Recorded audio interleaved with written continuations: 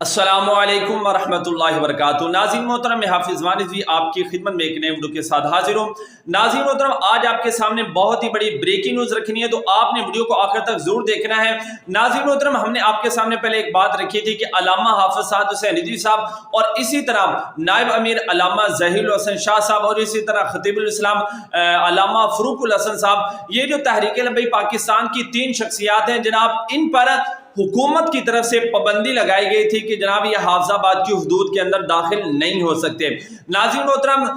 आज जो है आज की अपडेट आपके सामने जो रखनी है वो ये है कि इसके खिलाफ जनाब अल्लामा साद हुसैन रिज़वी साहब जनाब उन्होंने अपना लाएअमल पेश किया और हाफिजाबाद के जो DCO थे उनसे मुलाकात की और उनसे पूछा गया, सवाल किया गया कि जनाब ये क्यों पाबंदी लगाई गई है। मैंने आपको बताया था कि पाबंदी जनाब उन्होंने इसलिए लगाई थी कि उन्होंने कहा था कि जनाब इनकी तकरीरें वो इंतशार फैलाती है, फिरका फैलाती हैं, तो इसी की वजह से इन पर जनाब पाबंदी लगाई गई है। तो अल्लामा साद हुसैन रिज़वी साहब जनाब हाफिजाबाद के DCO से मुलाकात की और मुलाकात के अंदर गुफ्तगू हुई और ये तय